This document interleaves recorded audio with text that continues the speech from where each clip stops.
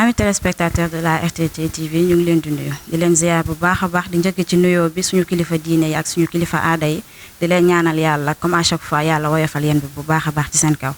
ñëwaat nañ ci beneen numéro vision politique tey jii nag ñuy dalal monsieur Mamadou Djité nekk professeur en droit public nekk maire bu commune Zone Ouest nekk aussi militant bu parti bi di PUR nekk aussi membre de la coalition Yewwi Askan Wi monsieur le maire ñu ngi lay nuyu.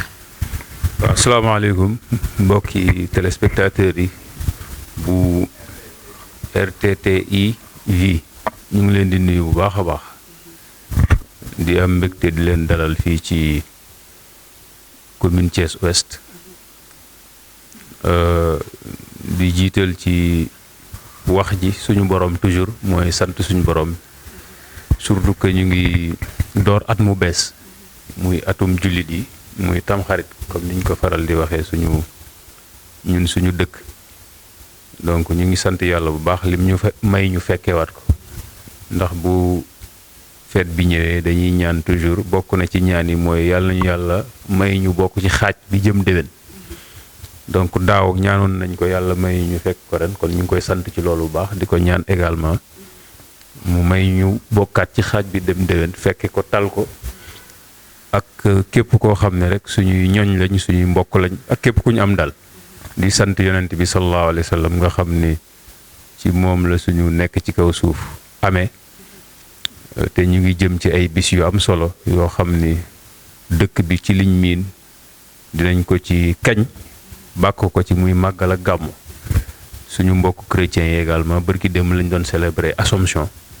ñu ngi leen ci jaajëfalaat bu baax di leen ci ndokkeel di am mbégte daal ci teew bi ngeen fi teew pour xëy na ñu waxtaan ci mbir yoo xam ne day jëm ci commune bi incha allah jërëjëf. jërëjëf monsieur le maire ñu ngi lay sant bu baax te nangul bi ñu nangul seetsi bi voilà question bu njëkk bi ça fait maintenant 7 mois. bi nga nekk ci boppu mairie bi ba léegi lan mooy réalisation yi. waaw jërëjëf ñu ngi kontaan ci laaj boobu comme ni nga ko waxee def nañ fi juróom-ñaari weer. donc bi ñu defee rek suñu 100 jours muy ñetti weer woo nañ presse bi yëpp ñu def benn waxtaan jëmale ko ci ñi nga xam ne ñoo ñu fal commune ouest pour wax leen bi ñu ñëwee liñ fi fekk projet yi nga xam ne door nañ leen ak ñun fi ñu jëm donc xëy na ci loolu lay jukkiwaat rek pour am yu ma ci laalaat ay tomb ak yi nga xam ne am na ay def nañ ci ay jéego ci yi mu annoncé woon donc yiñ fi fekk ci projet bokk na ci ay écoles yu ñu dooroon pour war ko tabax lu mel ni école Grand Standing ak école Ibrahima Jacques Guèye nekk Sob ak école route de Dakar 2 yooyu lañ fi fekkoon comme ay projet sur le plan éducatif yooyu fañ ko fekkoon fexe nañ ba waxtaan ak ñi ñu joxoon marché yooyu ñu baral liggéey bi bu ko defee octobre incha allah xale yi mën ci jàng ñu ngi ci am avancement yu am solo yàlla mën nañ ci defal ndam en tout cas ñu ngi koy topp di ko suivre parce que def nañ le tour de toutes ces écoles xool nañ travaux yi avancé na macha allah. bokk na ci projet yi ñu fi fekkoon centre commercial bu nekk fii ci ginnaaw ci gare routière bi ñu joxoon ko benn promoteur liggéey bi xawoon yéex parce que biñ ko joxee dafa tombé woon ak après Covid bi am mais ba ñu jëlee également woo nañ ko waxtaan ak moom mayaat ko fukki weer bañ ko mayee ak léegi travaux yi avancé na macha allah jàpp nañ ni daal fii ak xam naa ne bañ ko joxee ak léegi mat na. bi ñu signé waatee contrat bi war na mat 4 à 5 mois donc waa commune Thiès Ouest mën nañ jàpp ni bu ñu yàlla defalee sutura si tout se passe bien dans 5 mois dinañ am centre commercial bu bees tàq boo xam ni dina am ci commune bi bokk na ci projet yi ñu fi fekkoon également mooy toilette pour l'école élémentaire Ibrahima Khady Diop mu ngi nekk cité Malick Sy école boobu toilette yi dañ ko defaraat mu bees tàq ba ñu daloo ko ba jox caabi directeur bi donc loolu pare na bokk na également ci projet yi ñu fi fekkoon mooy toilettes yi ñu war a def biir gare routière toilettes yooyu également travaux yi avancé na ba jàpp nañ ni également dans quelques mois dinañ ko livrer jox ko waa gare routière donc projet yooyu daal lañ fi fekk yoo xam ni ñu ngi koy suivre pour topp ko pour bu paree lu mu gën a gaaw ñu jox ko seen borom ñu mën ko jëfandikoo donc loolu mooy liñ fi fekk ñun nag bi ñu ñëwee dañu indaale suñuy projet tamit parce que bi ñuy campagne di dem ci nit ñi pour wax leen ñu fal ñu dañu yoroon suñu programme boobu liñ ci ëppaloon solo mooy le cadre de vie parce que Thiès Ouest dafa nekk commune boo xam ni yàlla defal nañu sutura bari na ay espace public mais malheureusement yu ci bari dañ ko aménagé wu te Thiès comme ni ma koy faral di waxee toujours moo nekkoon suñu bi ñuy campagne loolu lañ daan wax dafa nekk dëkk boo xam ni dëkku garab lañ ko mës a xamee loolu mooy identité Thiès ba pare dëkk la boo xam ni amul géej ba pare ay carrière wër ko carrière yoo xam ni lañ fay liggéey baaxul ci jaww ji donc li mën a sauver dëkk bi mooy dëkk bi mën a am ay garab pour mën a yu bon yooyu nga xam ne dañ koy dégager mu jëm ci kaw garab yi mën ko retenir pour dëkk bi ñi ko dëkkee mën a nekk ci jàmm loolu nag espace vert yooyu la ñu war a toppatoo def ay reboisement fexe daal ba dëkkuwaay bi ak dëkkin bi mucc ayib loolu def nañ ci ay jéego ndax bi ma toogee bokk na ci li ma njëkk a def mooy wër commune bi yëpp identifier tous les espaces verts yi fi nekk yenn yi ñu jël un spécialiste en aménagement aménagiste autant pour moi mu proposer ñu ay plan d'aménagement yoo xam ne dañu war a defar espace vert yooyu donc proposer nañ ko ba incha allah lu mel ni jardin public bi nekk en face Sénélec incessamment dinañ démarrer les travaux pour defaraat ko foofu sax amoon na kuñ ko joxoon mais malheureusement dafa amoon ay jafe-jafe ba on a été obligé ñu annuler l'autorisation d'aménagement parce que dañ ko joxoon un privé donc ñun annuler nañu autorisation bi jëlal ko suñ bopp en tant que mairie pour investir si joxaat ko population yi pour ñu mën ko jëfandikoo yeneen yi ci des tamit dinañ defar donc espace vert boobu cette année kooku moom c'est assuré le boulevard Bartimé le grand boulevard Bartimé nga xam ni bi may campagne fu ne tudd naa ko fa marché bi dinañ ko lancer le plus rapidement possible dugal nañ ko ci plan li ñuy tuddee plan triennal d'investissement nga xam ni plan la boo xam ni da nga ciy tënk diiru ñetti at yan investissement nga bëgg a def plan boobu PACASEN moo koy financé benn programme de financement la boo xam ni État du Sénégal ak Banque mondiale ñoo koy financé donc xaalis boobu am na lu ñu ci jël pour defar boulevard boobu bu ñu yàlla mayee bëgg nañ ko def mu nekk barab bi gën a taaru Thiès waxuma Thiès Ouest Thiès parce que bi may campagne loolu laa doon tooñee sama yeneen collègues maires yi dama leen woon on va rivaliser man ak yéen que boulevard boobu dinaa fexe ba defar boo xam ni seeni population dinañ quitter seeni commune ñëw di fa féexloo di ko defarloo yàlla mi ngi ñu ciy may ndam ñu ciy avancer à grands pas n'est-ce pas ba Eiffage bi nga xam ni mooy defar tali bii di dugg Thiès dans le cadre de la RSE saisir nañ leen parce que tali xëy na du compétence su maire yi mais boulevard boobu dafa war a am tali n'est-ce pas donc saisir nañ leen pour ñu defaral ñu au moins tali bi mu nekk goudron léegi bu ko defee ñun ce qui est l'aménagement au niveau des emprises kooku la mairie va l'assurer n'est-ce pas kon kooku sur le plan cadre de vie la on prévoit également incessamment kooku tamit bokk na ci li ñu njëkk a def on a fait le tour pour xool axes yi nga xam ni dafa laaj reboisement dans la commune ñu dem wax ànd ak eaux et forêts ñu war ñu axes yooyu yëpp avec la commission environnement bi nekk ci conseil municipal bi parce que conseil municipal bi conseillers yi fi ne il y a 76 conseils dañ leen a def ci ay commission donc am na ci commission boo xam ne mooy saytu wàllu environnement ñoom laa santoon liggéey ñu dem gisi eaux et forêts ñu wër commune bi xool axes yi nga xam ne laaj na reboisement proposer nañ ñu benn programme de reboisement qu'on va démarrer le plus rapide avant la fin de l'hivernage inchallah en collaboration avec les jeunes et les populations dans les quartiers. Ce programme-là sera lancé incessamment. Donc loolu lépp mu tudd day dugg ci dëkkuwaay bi ak dëkkin bi. Bu dee ci wàllu njàng ak njàngale éducation examen yi fi jaar yëpp accompagné nañ IEF muy inspection de l'éducation et de la formation parce que seen coffre-fort bi nga xam ni ci lañ doon denc xaalis bi nga xam ni xale yi bu ñuy def examen dañuy cotiser dañ ko sàccoon ñu sollicité ñu ni dañu bëggoon vraiment ñu jàppale leen ci côté boobu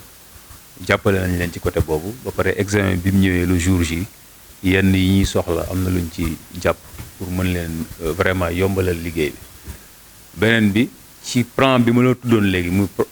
plan triennal d'investissement bi prévoir nañ ci balaa at mee jeex donc d'ici la rentrée prochaine tànn nañ juróomi école muy école Grand Thiès Thierno Siré muy école Mbour 3 muy école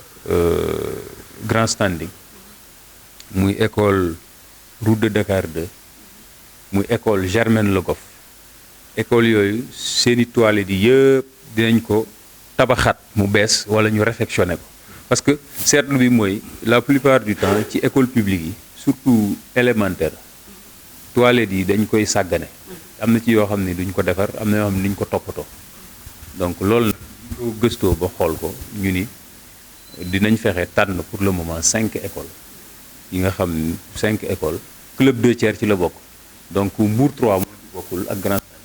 club 2 tiers moo ne fii yooyu yëpp dinañ ko defar 5 édicules publics yoo xam ne dinañ ko defar balaa année bee commencé. monsieur le maire ci wàllu toilette yi defar baax na mais après suivi bi ndax yu ci ëpp dañuy defar mais suivi bi mooy des. waaw mooy entretien bi loolu bon il va falloir ñu waxtaan ak directeur d'école yi ak parents d'élèves yi n'est-ce pas incha allah je vais entreprendre d'ici la rentrée tournée dans les 14 écoles élémentaires yi nekk ci zone bi fu ci ne dinaa fa dem teg fa sama tànk comme ni ma ko defee ci quartier yi donc waxtaan ak acteurs yi bu ko defee loolu incha allah ñu xool nan lañ koy jëlee en charge incha allah donc ça c'est sur le plan éducatif beneen bi dans le domaine de l'éclairage public 4 marchés yi fi nekk bi ma ko wëree dem seeti leen ñi fay yëngatu dañ ni ma woon problème bi gën a metti bi ñuy jànkonteel mooy marché yi dafa lëndëm amul éclairage public donc aussitôt rek rapidement bi ñu terminé tournée yi ci lañ fexe marché yooyu yëpp ñu électrifier donc je pense que vous pouvez faire vous-même le constat 4 marchés yi muy marché Sofraco bi HLM Sofraco muy marché Mbour 2 muy marché Grand Thiès nga xam ni mooy le plus grand marché à Thiès Ouest ak marché Darou Salam nga xam moo nekk wetu 10e 4 marchés yëpp yàlla defal nañu sutura ñu def fa éclairage bu mucc ayib ba ñi nga xam ni ñoo fay yëngatu nee nañ éclairage yooyu musul am à Thiès Ouest bi ñuy nekk di fa yëngatu ba tey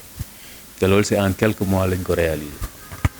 bon fi ma bëgg a terminer en termes de réalisation peut-être jëm ci perspective yi mooy curage donc ku ne xam ni nawet donc dafa am lu mu àndal mooy ndox mi day bari ñaare te bu baree day sonal population yi donc marché curage yi cette année defe nañ ko noo xam ni donc curage yi caniveau yi ñaare nit ñi dañ ciy sànni ay mbir yoo xam ni loolu sax c'est l'occasion de lancer un appel après l'avoir fait sur le terrain parce que man bi ñu def curage yi dama dem sur le terrain am na benn étape boo xam ne diggante boo jàppee tribunal nga wër tribunal bi jël côté Malick Kéré bi remonter angle Sëñ Fallou côté boobu bi ñu koy curer dama demoon sur le terrain pour xool effectivement nan la liggéey bi dem mais boo demee image yi mi ngi fi d'ailleurs dugaloon naa ko ci sama page da ngay fekk population yi malheureusement bon xawma par ñàkk xam la wala par déficit de civisme dañuy jël ay yoo xam ne warul dem foofu du place am lu mel ni ay der ak ay bool ak ay paan ak ay meuble ak sànni ko ci biir caniveau yi nga xam ni bu ndox mi ñëwee du mën a dem wala sax ay dalu caniveau yi la ñuy jël yëkkati teg fële yóbbu. bërki démb rek lay doxantu fii wetu jardin Nations Unies fii mooy booy dem ci Shell bi wetu lycée maa ngi fekk ñu benn kubéeru caniveau ñu dindi ko ñaare ñi koy def xam nga matière bi mu nekk dañ koy jël di ko jaay donc fi mu toll nii ay móol lañ ko wërale boo fa jaaree ni genre jëfandiku yu mel noonu baaxul. donc ñu ngi ñaan nit ñi ñoom seen bopp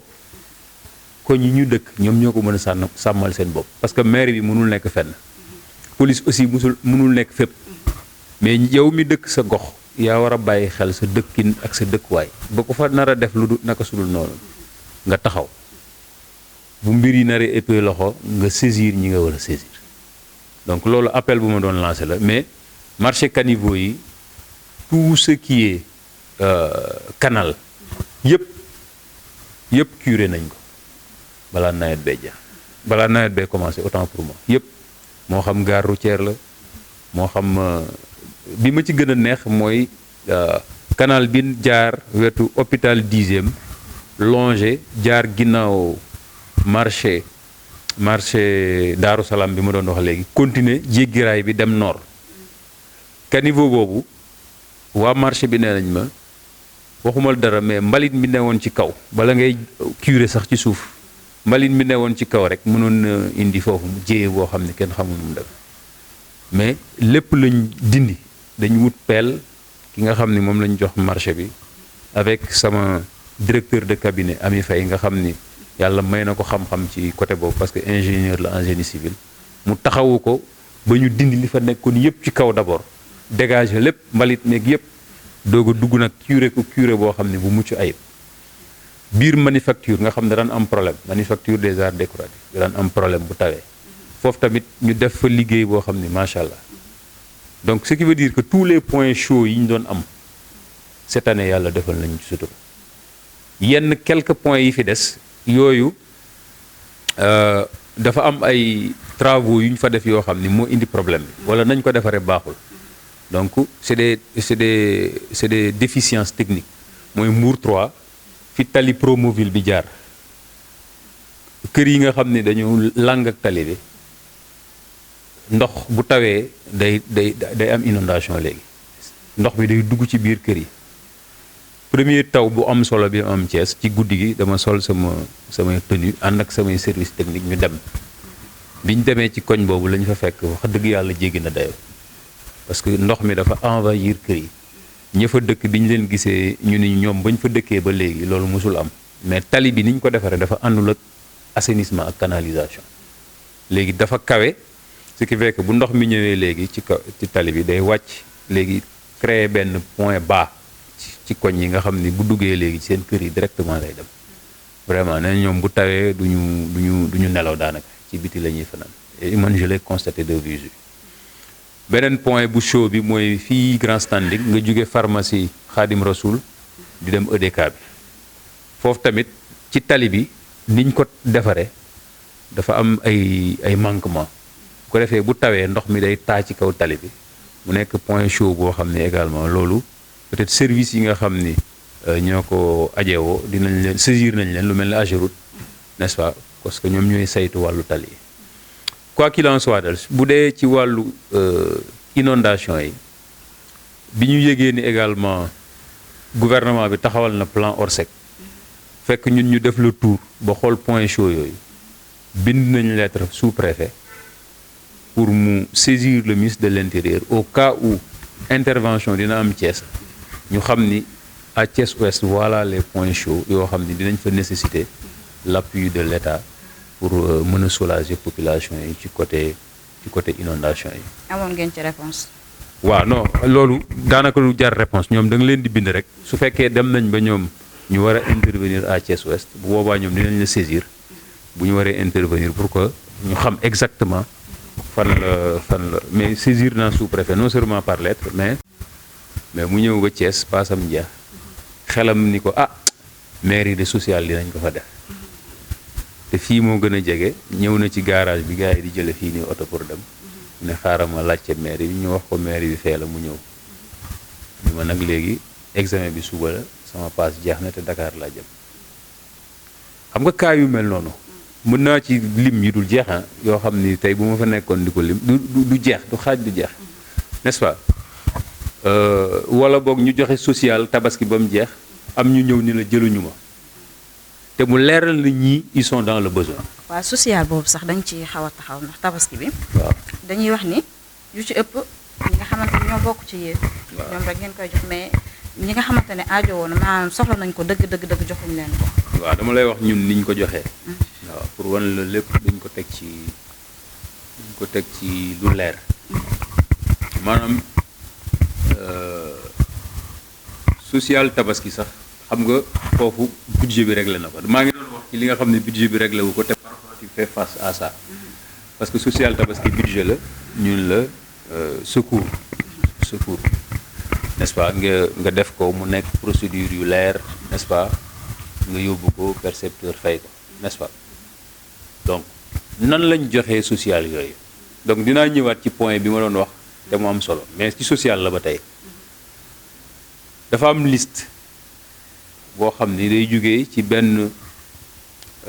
kuréel wala benn structure de l'État bu tudd CPRS commission de promotion et de réinsertion sociale commission boobu mi ngi dépendre ci ministère de la santé et de l'action sociale ñoom seen liggéey lan la mooy saytu ñi nga xam ne dañu aajowoo dañu soxla ñu dimbal leen ñoom ñooy def enquête sociale yi ñoom ñoo ñu envoyé liste boobu bu ñu ko envoyé ñu boole kook ñi nga xam ni dañuy liggéey ci mairie bi ñi liggéey ci mairie ku ne xam na ni ñiy liggéey ci mairie yi salaire yi ñu leen di fay bu ma la ko waxoon tey su ma la waxoon salaire yi ñuy fay ak fii y a des salaires de 55 000 fii dans la mairie borom kilifa gu am jabar am doom ñu koy fay 55 000 wala 65 000 par weer am na fii ci mairie donc loolu tax c'est des cas sociaux patents yoo xam bu ñuy jox la ndimbal bu ñuy joxee ndimbal kenn du leen weesu dëkkandoo yi wër mairie bi amul dëkkandoo dafa am àq dëkkandoo yi wër mairie bi bu ñuy joxe social dañ leen di wër ñoom ñëpp kër par kër boole leen ci conseillers yi nga xam ni dañ leen a fal ñu nekk 76 conseillers ñoom ñëpp ñu dëkk ci 18 communes 18 quartiers yi nekk ci commune bi dëkk ak nit ñi xam quartier yi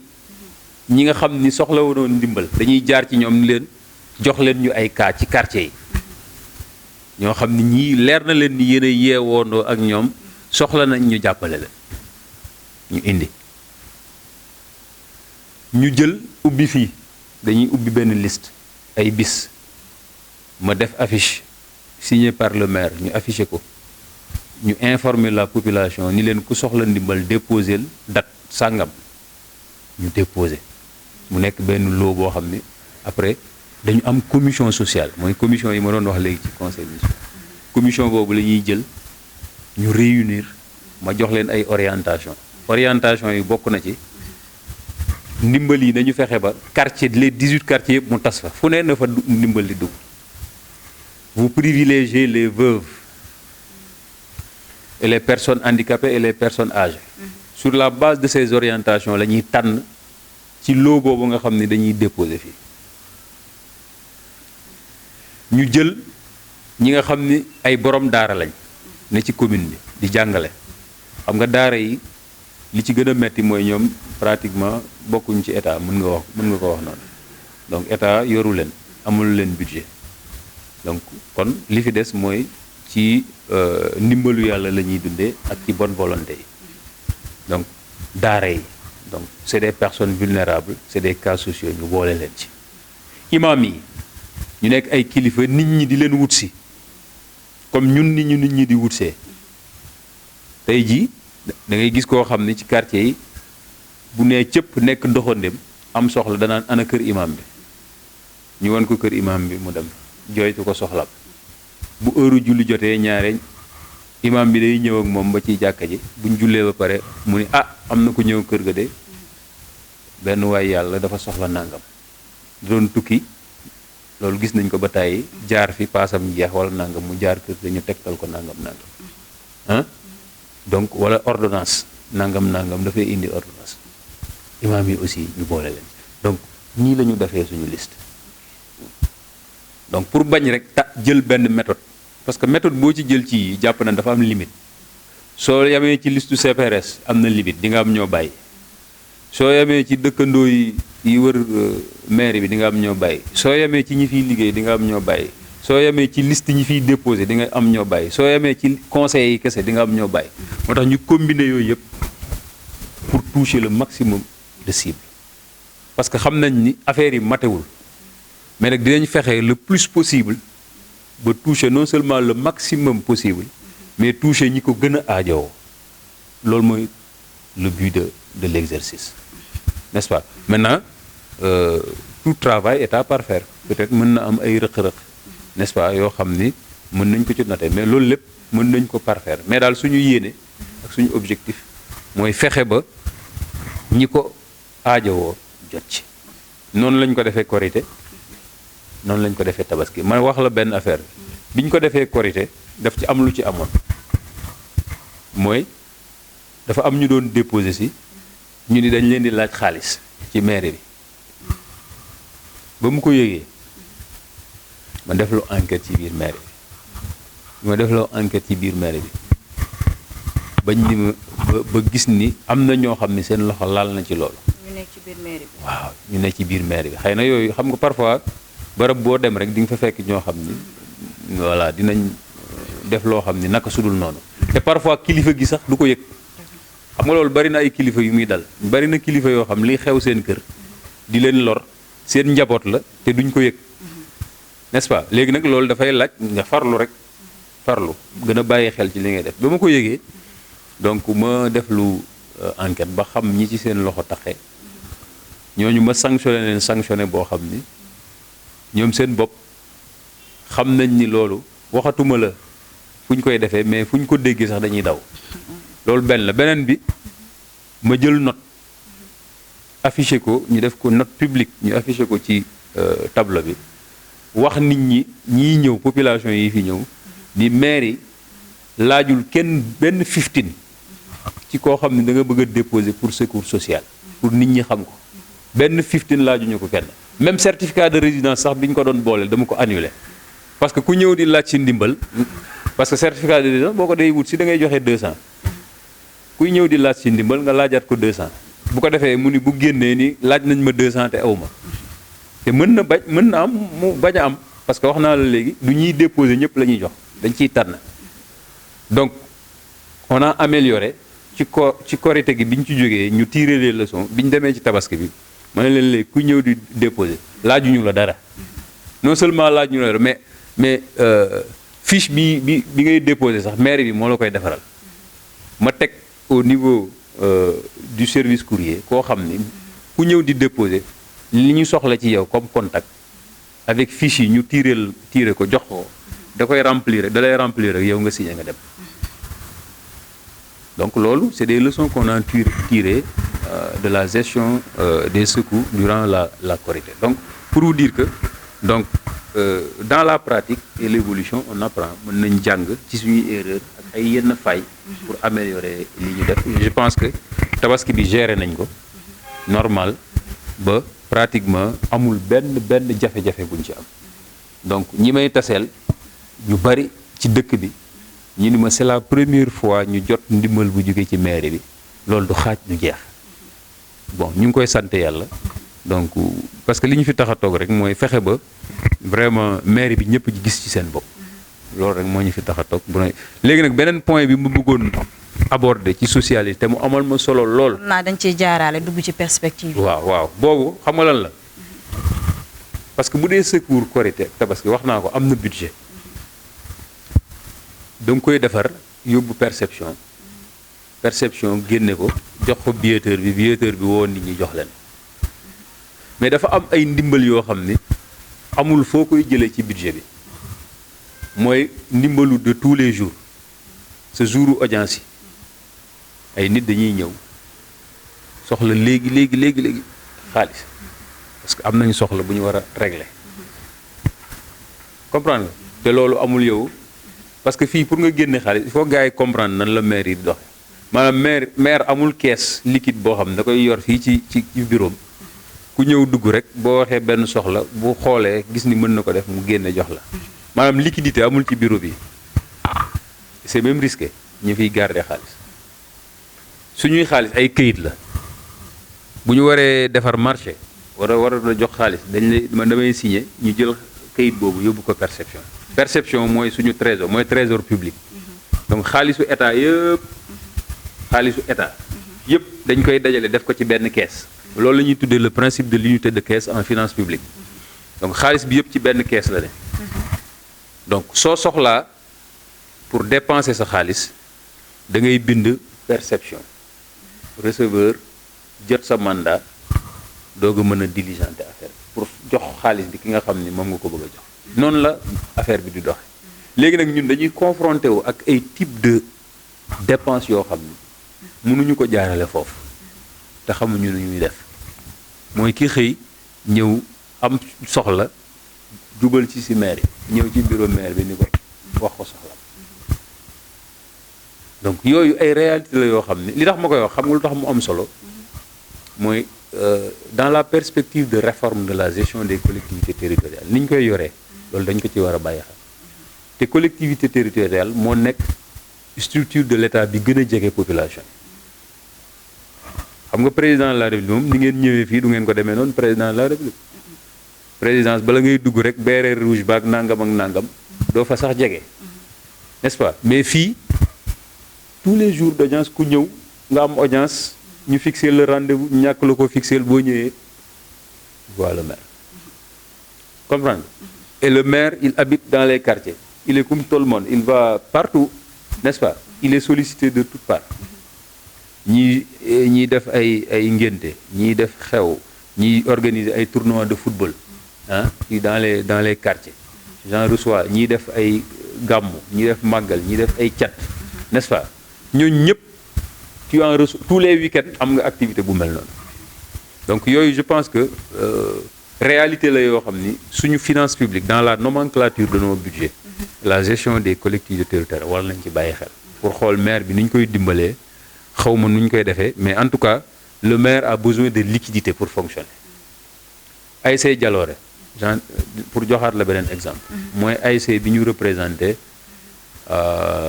phase nationale actuellement démb demoon naa fa seetaani leen di leen féliciter encore une fois ci cette belle victoire ndam li ñu am démb devant ASC Mandela ñu dóor leen 2-1 donc di leen ñaanal yàlla may leen ñu indi coupe bi Thiès n'est-ce pas bu ko defee ñu feete ko ñun ñëpp xam nga dem nañ Dakar di football yàlla defal lu ñu sutura ba ñu jox leen seen subvention à hauteur de 1 million pour dimbale leen donc di ñaan yàlla aussi bu ñu indee coupe bi ñu defalaat leen lu ëpp loolu lu gën a rëy loolu mais supporters yi fay dem jóge Thiès war a dem Dakar nga xam ni lu mu dee bu ñu yàlla defalee sutura ba ñu football final ak yéene biñ ci am yàlla may leen ndam war nañ football lu mat 7 match wala 8 mu nekk championnat bi yëpp match bu war a am supporters yi dinañ jóge fii dem Dakar supporter ji ñëwaat mais bu ñu la sollicité ci mel noonu parce que ñiy dem sa njaboot lañ est-ce que da nga leen di seetaan te loolu amul foo ko def ci budget bi voilà des situations auxquelles on est confronté bon nga xam ni daal en tout cas ñi képp kuy xalaatal ci état ak gestion collectivité territoriale war nga ci bàyyi xel bon pour finir ci perspective yi mooy damay dellu ci plan bi ma waxoon rek plan triennal bi au-delà yi ma la ci citeel dañ ci def parking gros porteur mooy camion yu mag yi ne ci dëkk bi sonal ñëpp ci quartier yi nga xam day dem ba day créer ay conflits dans les quartiers dañ leen bëgg a jële ci quartier yi wutal leen fu ñuy gaare loolu lañ tuddee parking gros porteur def nañ ko suñu plan triennal d'investissement incha allah balaa at mee jeex dinañ am fuñ leen ni fii nag désormais kuy dugg ci dëkk bi mën nga yem foofu te yàlla def na sutura ci entrée dëkk bi la tey boo demee allée bii jëm prison chaussée bi yëpp dañ ko toj camion ñoo seen garage lañ ko def n'est-ce pas donc solution boobu lañ ni ñun dinañ ko wut pour vraiment en finir avec vraiment le stationnement anarchique des camions dans les quartiers n'est-ce pas boobu benn la ci perspective yi beneen perspective bi mooy bëgg nañ balaa at mee jeex également ñu wut benn barab boo xam ne dañ ñu mayoon benn état civil secondaire de concert avec l'Union européenne ñu war ñu ko tabaxal mu war a remplacer suñu état civil secondaire bi nekk 10e loolu jafe-jafe bi ci amoon mooy bi ñuy lancer projet bi fi ñu ko defoon fi ñu ko njëkkoon def il s'est trouvé que espace public la mooy bande boobu longé jëm musée boo xamee 10e carrément donc ci digg bi lañ ko bëggoon def mais bi ñu rapproché des services de l'urbanisme dañu ñu foofu mënuñu ko fa def mais yàlla defal ñu sutura ba ki ñu loué centre secondaire bi parce que dañ ko loué ni moom d'accord na buñ ko wutalee feneen mu jox ñu foofu ñu def ko donc loolu ñu ngi ci également donc bu boobaa dañuy toj pour tabax centre secondaire bu bees tàq avec tous les équipements qu'il faut les équipements modernes yi nga xam ni dina am ci centre ak numérisation bi ci war ci centre secondaire d'état civil. léegi bala ngay génn 10e ndax ci weer yi ñu weesu amoon na bésu setal boo xamante ni Thiès abrité na woon ko ñu defoon ko ci 10e nekk quartier boo xamante ci sa biir commune la nekk mais gisuñu la ci benn yoon voilà waaw non xam nga maire nag moom maire il a tellement de programme mënul teew fépp c'est pas pour rien ñu def ay adjoint au maire j'en ai 7 boo ma fa gisul gis nga fa Makoli sama adjoint la au maire man maa ko yónni man foofu c'est ça c'est justement l'intérêt d'avoir des adjoints parce que mënuma dem fépp donc les adjoints au maire c'est des maires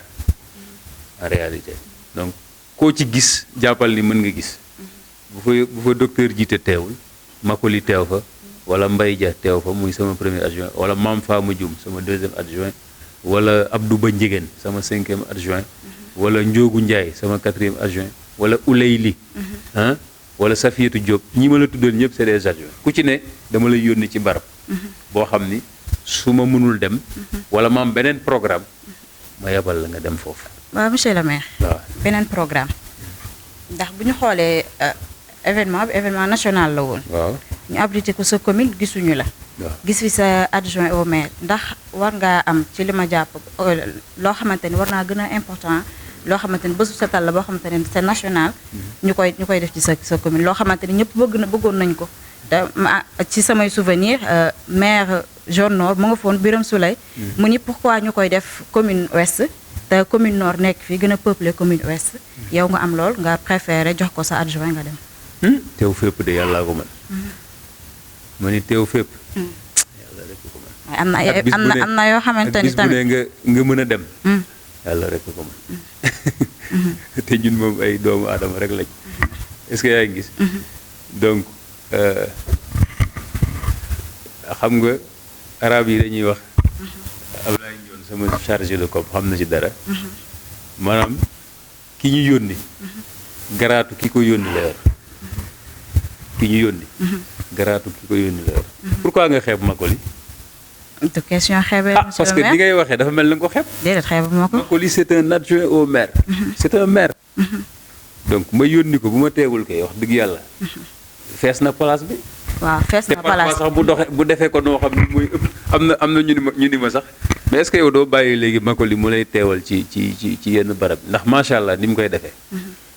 donc pour vous dire rek je pense que nit ñi. ni ñu nasee suñu bureau municipal ak conseil municipal bi. lenn lay wane mooy personne n'est indispensable. personne. xam nga dañ ñu dem ba gëmloo parfois dans réalité politique da ngay dégg ñu ne après le président c'est le déluge ou bien voilà culte de la personnalité moo koy def da ngay jël benn nit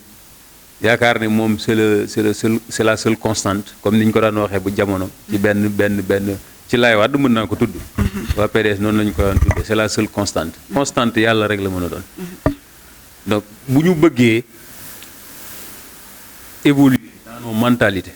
il faut que ñu xam ni personne n'est indispensable li ma mën laay mën na ko ma ko li mën na ko keneen mën na ko comprendre on est une équipe du benn nit moo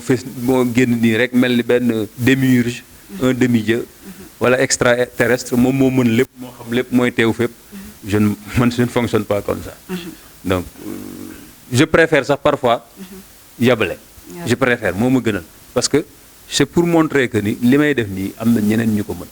n'est-ce pas te avant ma fiy ñëw dafa am ku fi nekkoon su ma demee dafa am keneen ku fiy nekk donc man gis-gis boobu la am équipe gis-gis boobu la am ci biir loolu sax la ñuy ñëw ci situation politique bi naka nga jàngatee élection 31 juillet yi weesu législative bon élection législative yi dama wax dëgg yàlla yàlla def ñu ci defal ndam lu historique muy l'intercoalition Yewwi Wallu donc ndam lu historique parce que ñëpp tous les observateurs d'ici et d'ailleurs sont d'accord que li xew Sénégal 31 juillet 2022 c'est la première fois mu xew ci histoire politique du Sénégal mooy président boo xam ni pour mu jàllale loi léegi day négocier majorité musul am dafa mel ni am na ko fi mu ne nii de waaw après multu tractation et de manœuvre n'est-ce pas il a été obligé mu soudoyer ñenn ñi daa soudoyer ñenn ñoo xam ne ah dafa soudoyer ko loolu laa la wax ni je veux dire lii mi ngi doog am ci histoire du Sénégal président boo xam ni day saraxu day topp ci ginnaaw nit ñi lu ne mu koy def di recevoir nit ñi ay guddi di leen promettre yenn yi pour mën a am benn majorité loolu rek doy na sëkk comme victoire de l'opposition durant ces élections donc ñun liñ ciy jàngat xam nga ñun juristes yi dañuy wax majorité mécanique à l'Assemblée yàgg nañ ko joytu à l'Assemblée nga xam ni majorité boobu naroon na jur musiba Sénégal 62 avec Mamadou Dia yàllaa ci def sutura parce que réew mi ay kilifaa fi dëkkee ay borom ñaana fi dëkkee ay ñoo xam ne yàlla rus na leen yàlla fexe ba mbir moomu jàll ci jàpp naroon na jur musiba 23 juin 2011 parce que majorité mécanique moo amoon également loolu nag nit ñi dañ dem ba jàngat ni kon majorité mécanique baaxul li gën mooy président naam dinañ ko jox mais ñeneen ñi aussi opposition dañ leen di jox mais dinañ leen fexe li ñu bëgg mooy ñu waxtaan ci loi yi surtout yenn loi yi nga xam ne day engager avenir u Sénégal loi bu mel ni partage des ressources naturelles pétrole ak gaz zircon fer bi ñu am n'est-ce pas xeetu alal boobu nga xam ni yàlla daf ñu ko jox te suñuy sët war ci dund war ko fekkee buñ koy séddale loi yu mel noonu loolu dañu war a def carte sur table waxtaan ci ba am ci des compromis forts majorité opposition avant ñu koy jàllale. justement ndax jàpp nga ne ñi nga xamante ne yabal nañ leen foofu suñu assemblée ndax am nañ cette fibre patriotique boo xamante ne dinañ teer seeni intérêt personnel wala intérêt de parti pour le bien du Sénégal. bon man de mënuma xam nga ba Sénégal moom yaakaar naa ko fi juddoo yaroo fi màgge fi. jàpp naa ni war nga ko mën a bëgg parce que patriotisme loolu dong la. n'est-ce pas te jàpp naa ni aussi ñiy tukki ñëpp di dem. li ñuy gën a namm Sénégal bokk na ci dëkkin bi ak ni ñu dëkkee n'est-ce pas toujours damay waxataan ak sama xarit yi ma ne leen xaw ma ban bis la ma yàlla di nattu may defee tabaski à l'étranger wala korité mais bis boobu dina mettre dara trop ci man parce que Sénégal li ñu dundee dañu am benn particularité ak benn identité sénégalaise boo xam ne vraiment on en est fier te ñu ngi ciy sant yàlla bu baax n'est-ce pas donc jàpp naa ni en tout cas ñi ma xam mu opposition bi. Yewwi Askan Wi ñi ma ci xam pratiquer leen. li leen ñor mooy Sénégal. parce que xam naa ni ñu def ba taxawal intercoalition bi. loolu bu dul woon patriotisme duñ ko mën bu doon dañuy xool rek ku nekk sa bopp. duñ ko mën ku nekk fàtte nga sa bopp. parce que ku ne xam na ni intercoalition boobu biñ ko defee. dinañ am ñu bàyyi ñoo xam ne duñ leen investir. ay kilifa nag mais loolu c'était pour bëgg ndam parce que xam nañ ni assemblée gagné ko wala am fa doole dafay déterminer 2024 ñëpp sacrifier seeni parti ak seeni nit pour loolu mën a am ba yàlla def ndam lii tey donc noonu ñu déterminer woo ba taxawal intercoalition boobu pense que même esprit bi même fibre boobu la ñuy taxawee biir assemblée ba li ñuy ñor mooy fexe ba sénégalais yi li ñu bëgg à travers cette élection là mooy assemblée boo xam ni du nekk assemblée wu président wala député wu président wala majorité mécanique du am wala loi yi ñuy wote dina nekk loi yoo xam ni nit ñi dinañ ci gis seen bopp je pense que assemblée boobu ñun en tout cas opposition noonu lañ fas yéene taxawee biir assemblée nationale assemblée jëlaat gëddaam parce que institution la boo xam ni ko président daan jëfandikoo baaxul président daf koy jëfandikoo rek comme benn arme wala benn instrument xoolal nombre de députés yi ñu lever seen immunité parlementaire ci assemblée bi passé te li ci gën a doy waar mooy am na ci ñoo xam dañuy lever seen immunité parlementaire ba pare ñu daw rejoindre le parti au pouvoir ñu defal leen promotion Omar Sarr le cas de Omar Sarr est là on a levé son immunité parlementaire mu génn PDS créé parti ñu def ko ministre donc je pense que loolu li Sénégalais yi bëgg a wane daal mooy bëggatuñu loolu à travers cette élection mais surtout nag li ëpp solo ci élection bi législative yi pour man mooy Sénégalais yi wañ nañ Macky Sall bu leer xaw ma jàngat na ko xaw ma jàngatu ko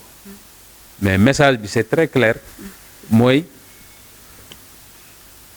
2024 bu ñu fa yàlla yóbboo ci jàmm mu organiser élection yi ci jàmm wut candidat boppam Benno Bokk Yaakaar dem ci jàmm parce que réew mi ci jàmm la ci jote woon xeexul pour jot ko maanaam deful révolution n'est-ce pas doon ko jënd ko dafa campagne nit ñi wóolu ko jox ko ci jàmm mu falu ci jàmm constitution bi nee na ko 2 mandats nga mën a def 2 mandats am jeex na à travers ce scrutin là et ses résultats les populations loolu lañ ko woon parce que ñun bi ñuy campagne dafa bokkoon ci suñuy thème de campagne mooy élection législative yi il faut ñu gagné ko pour wan ni Macky Sall ni ko 2024 mënoo présenté wu parce que su ko gagné woon campagne sax nag su ko gagné woon avec une large majorité donc ça aurait da koy wax dafa kon moom daf ciy jàngate ni moom mën na war a mën a présenté waat am na légitimité pour mën a gagné élection yi donc loolu rek enseignement boobu rek su ko ci tiré pour man le reste y a pas de souci pour man voilà enseignement wu daal ne trouver un candidat au sein de sa coalition organiser élection yi ci jàmm surtout nag mu wut un ministre neutre parce que ça a été toujours une revendication de l'opposition y compris lui quand il était dans l'opposition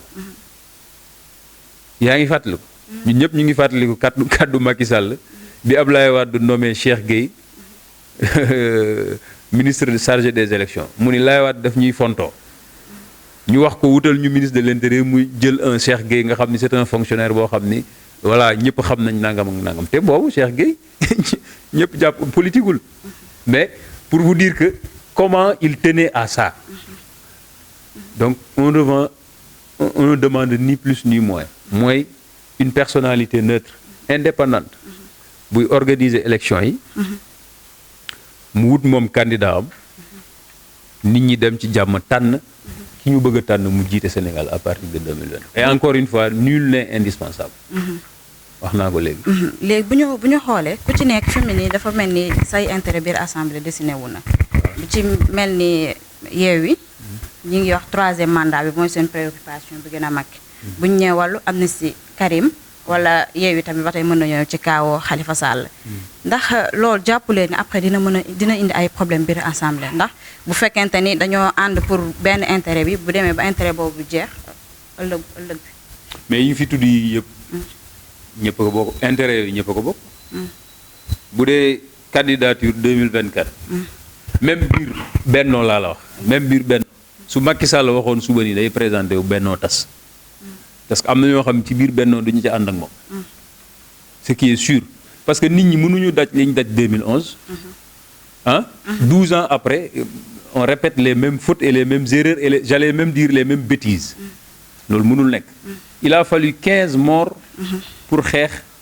troisième candidature Laye Wade loolu mënuñu ko dund récemment si loolu démb la ñu ñëwaat 2020 bu ko waxoon suba nga xam coalition am tas amnistie Karim Khalifa Sall loolu c'est une demande sociale ñëpp xam nañ ni Macky Sall bi mu toog ak léegi 2 mandats yi wala boog pour mu am 2019 deuxième mandat ñëpp xam nañ ni mu def technique yi mu def ñi mu yaakaar ni ñii bu ñu présenté woo du mën a gagner mu éliminer leen sur le plan juridique sur le plan judiciaire mooy Khalifa Sall Karim Wade ñi mu yaakaar ni ñii bu ñu présenté woo du am assez d'électorat pour passer au premier tour mu indi parrainage loolu moo indi parrainage c'est des calculs politiques yu mu def retenir ñu bari ba am 5 candidats élection présidentielle c'est la première fois au moins Sénégal danañ am plus de 10 candidats à l'élection présidentielle donc ba mu am 5 candidats carte électorale bi mu jël ko def ko nu ko neex fa mu dëkk li nit ñi di bañ a tudd nga xam ne leer na ko ni ko dina ko gagné foofu ñëpp moom dañuy jot seen carte électeur ñëpp fi nga xam ni moom leer na ko ni ko du ko gagné foofu muy def rétention tas carte yi da ngay gis ku dëkk Thiès wala xam na ni zone yooyu c'est pas c'est des zones qui lui sont défavorables wala Pikine wala Dakar wala Mbacké da ngay gis ku fi dëkk kartam nekk Fongolemi nga xam ne day tayele naan jëm jëli kartam donc loolu dong la def pour gagner donc 2019 victoire boobu loolu la def donc loolu nag nit ñi xam nañ ni et buñ ko toppoon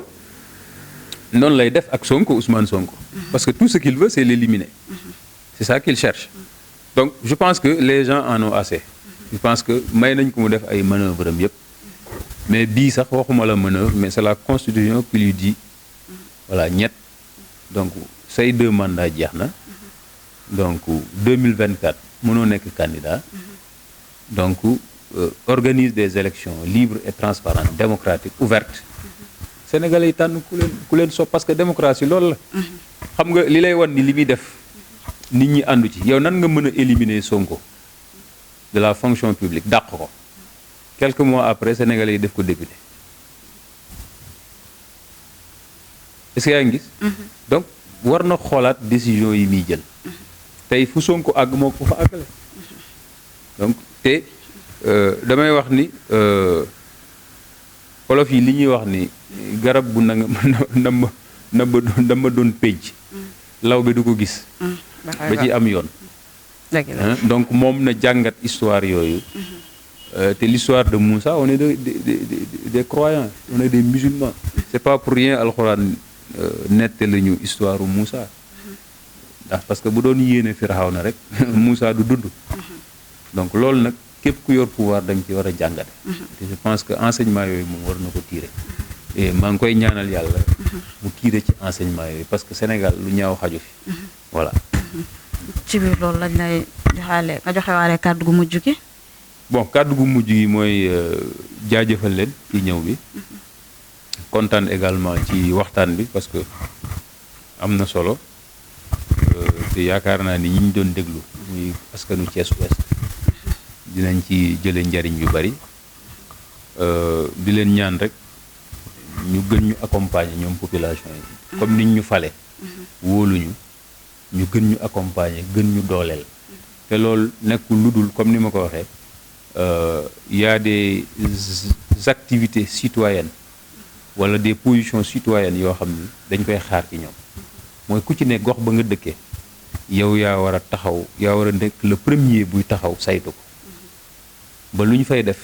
ak lu ñu fay wax non seulement nga bokk ci mais lu fa jaaduwul aussi nga taxaw ba loolu bañ fa am parce que ñun loolu bu amee rek le reste parce que on va réaliser moom investissement dinañ ko def dinañ tabax ay école dinañ tabax ay toilettes publiques dinañ def éclairage public dinañ def curage dinañ tabax hôpital wala poste de santé dinañ def ay espace vert mais loolu ñi ñu koy defal il faut ñoom non seulement ñu jariñoo ko mais ñu sauvegarder ko xam ni ñoo ko moom le bien public ñoo ko moom bu ñuy gis mairie bi ak bu ñu ko gisul buñ koy gis ak bu ñu ko gisul parce que ñun mënuñu teew fépp donc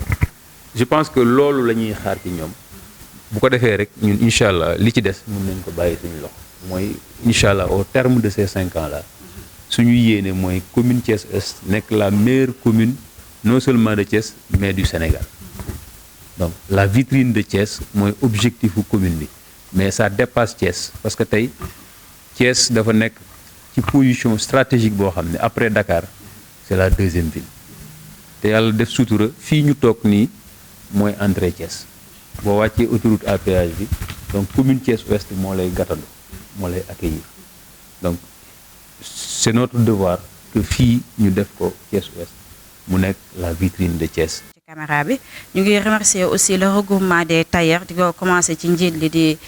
tonton Seck ñu koy jaajëfal bu baax tonton Khadim Soumaré aussi ñu ngi remercier aussi Serigne Jiite nuyul ma ko. Serigne Jiite monsieur le maire Serigne Jiite monsieur le maire nee na nuyu na la bu baax a baax aussi Moussa Fall Baye Fall ñu ngi koy jaajëfal bu baax a baax ak le président du regroupement Baye Serigne bu muusante Baye Sidi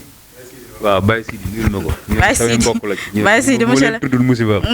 Baye Sidi monsieur le maire aussi nuyu na la ak président regroupement des tailleurs bu zone nord di Yankoba Ndiaye ñu ngi koy gërëm bu baax di ko sant sama Serigne Bassirou Kane aussi maa ngi koy sant bu baax di ko gërëm Mamadou Dieng depuis Randoulène toog sama xarit la maa ngi koy gërëm aussi di ko sant ñu ngi gërëm aussi madame Guèye Marietou Mboub nga xamante ne moo facilité lii nii entretien bi ñu amoon ak monsieur le maire kon lii lañ leen indi doon ba beneen incha allah merci beaucoup.